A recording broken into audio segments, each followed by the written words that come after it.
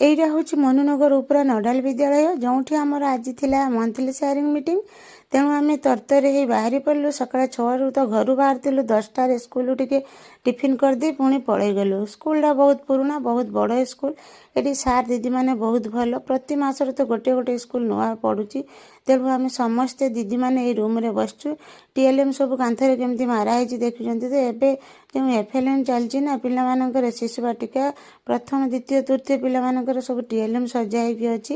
ଏଠି ଶ୍ରେଣୀଗୃହଟି ବହୁତ ସୁନ୍ଦର ହେଇଛି। ପିଲାମାନଙ୍କର ଶିକ୍ଷଣ ସାମଗ୍ରୀ ସବୁ ଥୁଆ ହେଇକି ଅଛି। ଯେଉଁ ପିଲାମାନେ ଯେମିତି ପ୍ରକାର ପଢ଼ିବା ପାଇଁ ଚାହୁଁଛନ୍ତି 1 2 3 ସେଇ ଅନୁସାରେ ଟିଏଲ୍ଏମ୍ ସବୁ ଖଞ୍ଜା ହେଇକି ଅଛି। ଆମେ ସମସ୍ତେ ଏଇଠି ବସି ଟିଫିନ୍ କରୁଥିଲୁ।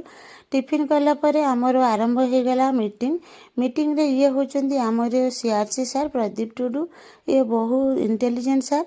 ତେଣୁ ସେ ସବୁ କଥା ଆମକୁ ଭିଭିଡଲି ବୁଝାଉଛନ୍ତି, କ'ଣ କରିବ ନାହିଁ ସେଇଟା ବୁଝାଉଛନ୍ତି। ଆମେ ବି ମନ ଦେଇ ସବୁ କଥା ଶୁଣୁଛୁ।